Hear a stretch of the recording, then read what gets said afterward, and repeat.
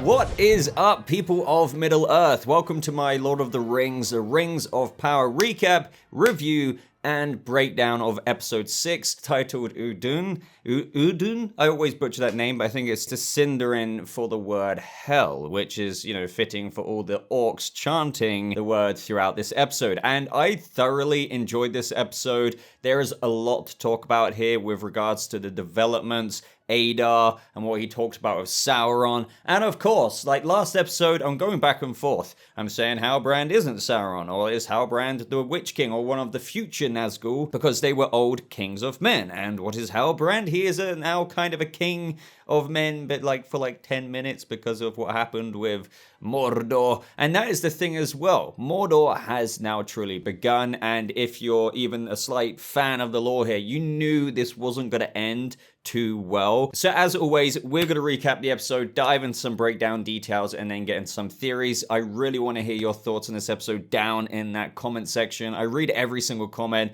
I take into account some of your comments for future videos, so definitely leave some of them and give this video a like if you want to see more Rings of Power content like this. So at the beginning, we had Adar essentially rallying his troops, his children, shall we say. This was quite an interesting beginning because with Adar, a lot of our attention since his introduction has been, okay, who exactly are you? Also, if you are trying to bring about the almost terraforming of the Southern Lands into Mordor, how exactly does Sauron fit into this? What is your link to Sauron? Are you just a lieutenant of Sauron bringing about his will? And things definitely went in an interesting direction in that somewhat interrogation scene between Adar and Galadriel a little bit later on. And then they were just essentially chanting the black speech, I believe, of Numput, which means death. So death, death, death, and then Undun being hell, of which they definitely want to make the Southern Lands into quite the hellscape. So a lot of this episode consisted of action right away as the orcs marched to the tower. It's as a lot of us predicted. They planned to bring that somewhat tower watch down. I quite enjoyed the action in these moments. I feel like they did the elegancy of an elf in his combat mode, such as Arondir in these moments flipping about and whatnot pretty well. For the most part, with Lord of the Rings on Amazon Prime Video, with its high budget, it's definitely really felt in this episode. This episode really highlighted what they can achieve with battle. Meanwhile as well, we have the Númenóreans sailing. They're almost in the Southern Lands, and we have a bit of a conversation with Galadriel and Isildur. If only she knew what he's gonna do one day with the One Ring. But yeah, a lot of us were thinking this as well, that they are kind of sailing there at the same time as all of this stuff is going down. It's not as much of a time gap as what some fans were theorizing about. My only criticism here, and this is just a bit of contrived writing, I guess you could say, and this is just more through that critical lens,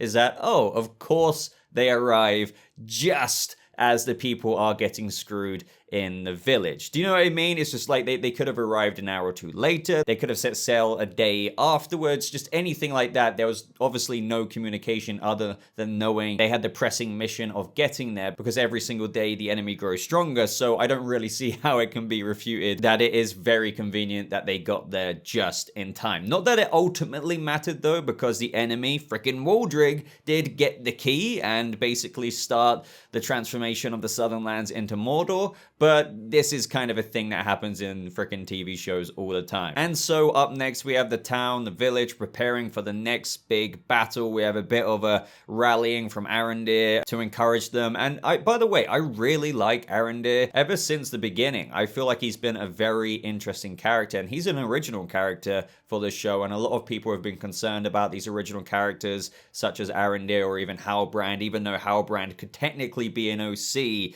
but a disguise for somebody we know later on in the lore, even if he's not Sauron. When I say disguise, it's more like just what I said earlier, one of the kings of old that turns into a Nazgul, or the Witch King, or as some are saying, possibly the king of the dead that we meet in the Return of the King. The king and his people who broke the oath to Isildur and who were cursed to the mountains in Dwemerberg. And his name was never really known, and some people were saying, well, his little ringlets on his armor similar to Halbrand. Now, that could be a nice attention to detail there, foreshadowing who he will one day become. And as we know, more furthering evidence here is that he fled the southern lands, so he kind of abandoned. We don't really know what it was that happened, but you could argue since he's fled before that he could, break his oath to Isildur in the future when he's called upon and thus is cursed. But then again, there's even all kinds of other theories talking about other characters. As we know, I know I'm rambling a bit, but these theories come in every single episode, such as the Sauron links, of which we will obviously talk about a little bit later. Again, I do want to make it clear, I'm not saying that Halbrand is this character, that character, Sauron. I'm just entertaining all of the ideas and putting them under the umbrella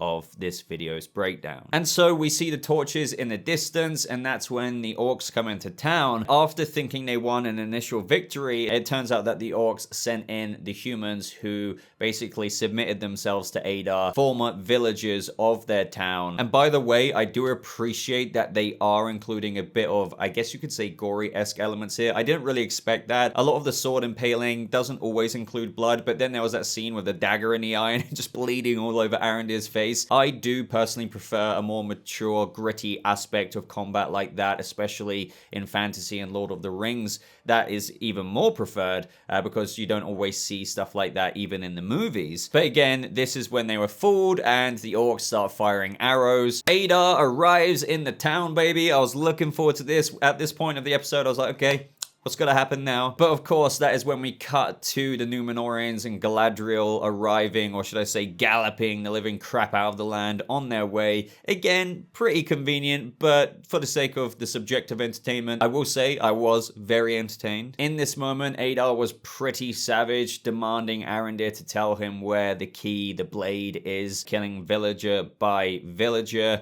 and then obviously getting up until the point of threatening Bronwyn, which is when Theo revealed where the blade is. And so this is when the rumbling of the Númenórean army can be heard, and so Adar is like, well shit, like Waldrick, I've got a mission for you, I've got a task for you. And it was kind of obvious what was going to happen here, that he was going to give him the blade, even though they framed it in such a way that the blade was still there. It was just a little freaking axe under the fabric or the cloth or whatever. So I think a lot of us knew where that was going. That wasn't so much of a payoff that, oh, Theo looks under the cloth and oh, the blade isn't there. But when the Númenóreans came into town, I thoroughly enjoyed that. I mean, for example, that chain that the horsemen were holding and just mowing down orcs was just brilliant. The way they shot Galadriel and her prowess of combat was really, really cool to witness as well, such as when she like ducked that arrow, slipped down by the side of the horse and cut that orc's head off. Stuff like this is definitely what I'm looking for when it comes to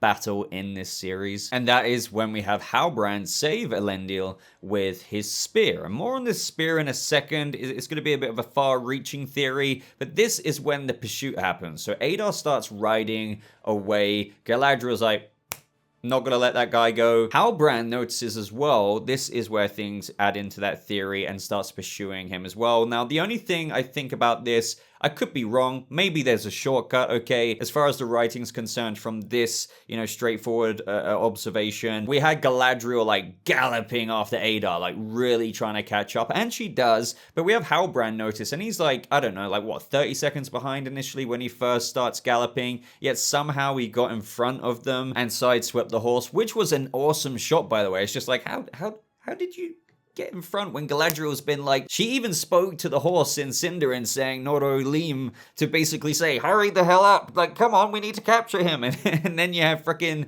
Halbrand floating in his Sauron spirit form, I'm sure, to get ahead. I'm only joking.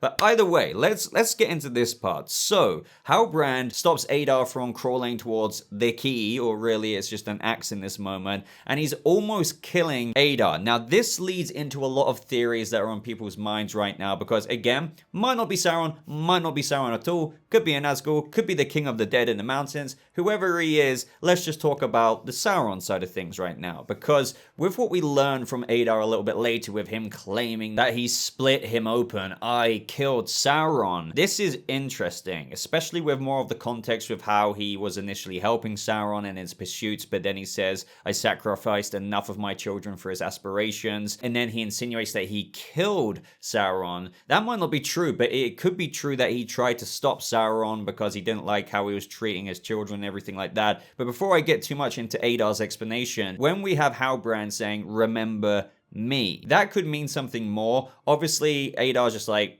no. Even teasing things like, did I cause someone you love pain? A woman, perhaps a child? And you see Halbrand really wants to kill him with his spear in this moment. But it could be that if you want to view him through the lens of the Sauron theory, that he could be really pissed at Adar because Adar is obviously the assassin, if you will, who tried to thwart his plans. Like all of these plans that Adar views that Sauron wasn't really going anywhere with. And here's like, you remember me. Now he doesn't in appearance, but Sauron is a shapeshifter, and I've been saying this whole time, not that I even remotely fully believe it, that Sauron could have taken the form of Halbrand when he saw him in the Southern Lands. Again, don't look into that side of the theory too much, but Sauron could be just pissed at Adar with their history up at the fortress, if you know what I mean. Absolutely disgusted with him for even trying to kill him. So in this moment, he is just really wanting to drive that spear. And another thing with regards to Halbrand, the spear. Now, obviously, the spear doesn't look much like Sauron's weapon, but people are saying and noticing that, well, Sauron, when all of those orcs were kneeling to him, did have that giant ass spear. And that's all there is to this theory. But just thought I'd chuck it in there, could be another little teaser, but obviously if he doesn't remotely even turn out to be Sauron, all of these still could be intentional misdirects or red herrings to make us think this. They're obviously playing with us with regards to Halbrand, for example, when we have that scene up next with Galadriel interrogating Adar after their conversation is finished and Galadriel almost kills him, even though Galadriel basically stopped Halbrand from killing Adar, so I don't know really what she was doing there. We have Halbrand walk in and stop her from killing Adar, and when she leaves, he says, "Who are you?" And Halbrand stops and pauses before he leaves and carries on walking. Again, the question of who are you? Well, the audience knows who Halbrand is, do we not? He basically fled the Southern Lands. He's got this heritage to become the king. He is the king, basically the new king, for like 10 minutes before the land starts transforming into Mordor. So why do they raise the question of who are you from Adar? It's like Adar can sense something more about him. Now again, very deliberately teased here. It could be true that he is Sauron in disguise, or it could be option 2, that they just want us to think that and it really isn't Sauron. But again, they're trying to make us think and think and think and think. And so in this conversation with Galadriel and Adar, we learn that he was one of the elves taken by Morgoth and essentially twisted and turned into a new ruined form of life, and that is known as the Sons of Dark, the first orcs, and he, as he keeps correcting Galadriel, prefers to be known as Uruk. And she threatens to take his children out into the light, basically that would burn their skin and whatnot, so he does give some dialogue here which teases. It's like the more we get answers, the more questions we do have. Adar explains that the one you call Sauron, and I like how he said that because he does have many names, and a lot of those higher type of beings were given multiple names from the elves. The name Sauron being quite a derogatory name for him to have, which is why he didn't even like being called that by his servants. I believe it is a translation for the abhorred or abhorred. But he goes on to say that he devoted himself to healing Middle-earth, bringing its ruined lands together in perfect order, and he sought to craft a power not of the flesh but over flesh, which is really interesting because when this was first being said, I was like, okay, crafting a power not of the flesh but over flesh could infer rings of power because it did have power over the races of Middle-earth and thus they fell one by one, but technically speaking, the rings of power have not been forged yet. But this is where he says a power of the unforeseen world. And interestingly, Adar says that he bid as many as he could to follow him far north, but try as he might, something was missing. missing. Which is when the episode kind of cuts to the tower that Galadriel found at the top of that icy mountain after 5 centuries of trying to track down Sauron. And Adar continues to say, a shadow of dark knowledge that kept itself hidden even from him. No matter how much he spilled in its pursuit, for my part, I sacrificed enough of my children for his aspirations, which is when he said, because of that, he split him open and he killed Sauron. So it's just like, really? Did you? And I kind of half believe this because maybe he did make an attempt on Sauron's life, maybe even weakened him, but it wouldn't have ruined him, which is when you can lend to the theory of, let's just say, for example's sake, hypothetically, Halbrand is the returned version, having taken another form. Mega pissed at Adar. You remember me? No, because he kind of looks different. Who are you? Doesn't answer. The people of Numenor, they ask something like, what's your name? He says, I have many names. And he says, like, depends on who you are to me. I mean, obviously, I'm not recalling the dialogue correctly, but obviously, they're putting so many teasers. And that's more or less where the Sauron conversation ended. I mean, I'm sure Galadriel planned to carry on that interrogation because now it kind of turned into a kind of debate about the morality of life between that of, humans and elves and whatnot, but also orcs, because we have Adar arguing here that his children are not slaves. Each one of them has a name, a heart. Galadriel's like, yeah, but a heart created by Morgoth. But then Adar counters that by saying, well, we're technically all creations under the one Lord God, if you will, in terms of we are the creations of the one master of the secret fire, same as you. So I would love to know your thoughts on this. Obviously, at one point, he was in cahoots with Sauron, but do you believe that because of Sauron's pursuit and trying to get as many people to follow him and what he was trying to do, that he didn't want to sacrifice any more of his children, so he kind of went along his own route to create a home for the Dark Ones, the orcs, and that is through him basically being like, yeah, I'm one of the elves that were taken by Morgoth, twisted in something new. I own that. I'm an Urg, and I want to create a land, and that is Mordor in the Southern Lands, to call a home, which would be kind of separate from Sauron, but it could be that it is true, and it's just that Sauron then moves into the newly created land of Mordor that Adar has now successfully managed to achieve by the end of this episode with the blade, or should I say the key, unlocking that. Ultimately, I believe that Adar and Sauron had a disagreement on, the future of what they wanted to do, and he did probably try and kill him, but obviously Sauron is absolutely fine. It's just that Adar probably thinks that he was successful. And after Adar was sick and tired of Sauron experimenting on his children, the orcs, the Uruk, if you will, he was just like, no. Likely had a confrontation, seeks to turn the Southern Lands into Mordor, basically does by the end of the episode, and likely Sauron will just be like, oh, cheers Adar for doing that for me. Now I'm gonna lay this as my base of operations, and dominion over Middle-earth will start right here. After this, we got a little bit of a conversation between Galadriel and Halbrand, which seems to kind of slightly infer a little bit of an affection towards each other, more than I think both of them initially thought they could ever have. So maybe there's a bit of suppressed feelings there. Galadriel tells him that whatever he did, which we still don't know, be free of it. And Halbrand says, I never believed I could be until today, fighting at your side. If I could just hold on to that feeling, keep it with me always, bind it to my very being, then and Galadriel interrupts saying, I felt it too. Now, some people are looking into this in that Sauron and Galadriel have quite a few similarities, which definitely are true, believe it or not, in certain ways, that in this moment, despite her hunting Sauron, and, this is only assuming Halbrand is Sauron and everything like that, that only assuming that theory is true, so it could be a waste of time here, but even in the larger grand scheme of things, between Sauron and Galadriel, in that the subtext here is kind of highlighting that there is a little bit of a bond to them, even if Halbrand isn't Sauron. If you want to dive into this even more, it gets into how, for example, the earlier episodes have referred to Galadriel possibly being the very shadow that she is trying to hunt, or encouraging that very evil, as if she is that replacement of Sauron herself, if there is no greater evil out there like Sauron. The whole shadow of Galadriel, that quote that her brother told her, that sometimes you must first touch the darkness before you find the light. things like that. It's just this whole exchange between Halbrand and Galadriel, if that theory is true, could show that similarity in the subtext between them both. And so there's a little bit of a celebration, a feast. We have Halbrand acknowledged as the king that the people have been waiting for. This all seems a bit weird at the same time. It's like, oh, you're the king who we were kind of promised, kind of thing. And that is when we have Waldrig insert the sword into the stone, do a little bit of Excalibur, twisty, and then Mordor is being created. This is likely how the massive valley that is within Mordor, Udun,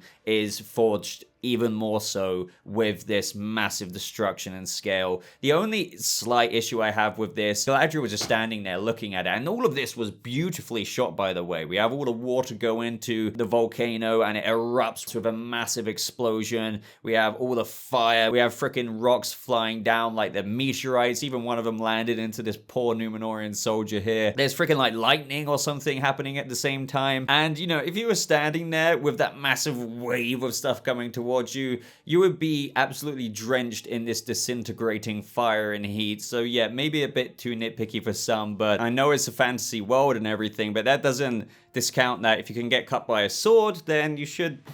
I shouldn't even need to finish that sentence with regards to what this would do. So I really enjoyed this episode personally. I'm looking for things to bolster up that extra next level with regards to some of the more interesting factors of what is going on with Sauron, the whole explanation from Adar, him seeking a shadow of dark knowledge that kept itself hidden even from him. We've had 6 episodes of teasing now, to the point of where I think the pieces of the puzzle do need to be put together a little bit more, but I am dying to know what you thought. How much did you enjoy this episode? What was your favorite part? But also, what do you think certain aspects mean? Let me know your thoughts on every theory. Again, I'm not saying any theory is true. I honestly don't believe one as much as the other one. Sometimes I lean some ways more than the other, but then I just learn, oh, literally anything could be happening. Give this video a like if you did enjoy. I really appreciate the Rings of Power support on the channel. I hope you're enjoying the reviews and breakdowns here. And if you are, do consider subscribing if you're brand new. And if you're subscribed, turn the notifications on so you never miss out on a future video. Links, as always, are in the description down below. But thank you so much for watching. I hope you all have a lovely rest of your day. And I'll see you people of Middle Earth in the next video. Goodbye.